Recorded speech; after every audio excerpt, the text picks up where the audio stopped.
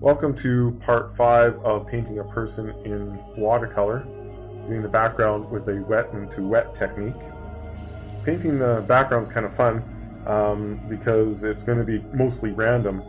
I like to use a scarlet for the light color close to the subject, but before I do that I'm going to wet the whole background with clear water.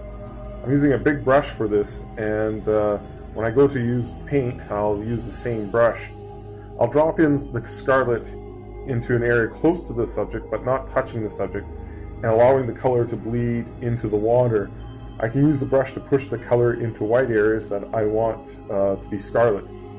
I like the bleeding effects of the wet into wet, and I like what it's producing there. With the red down, I'm going to use black watercolor paint to bleed areas that are white and away from the subject. Because the red side is still wet, the black will bleed into it and randomly mix with it. There isn't much planning or detailed painting with this. The point is to let the water randomly decide how the paint is going to move in the background.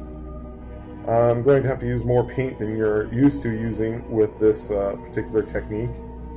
I like to pick up the painting too and kind of move the paint around, letting gravity do some of the work and create sort of more random shades, I guess. I want the right side to be fairly dark, so I'll keep dropping color into that side. I'm not going to worry too much about getting to the right to the edge of the woman, because I will clean it up with that edge on the side of the woman with my finishing touches in the next video.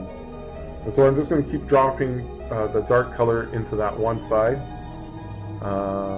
Now I noticed that I'm making a mistake here. Maybe you've noticed it too. I've got my palette on the left side of my painting and I'm painting over the right side.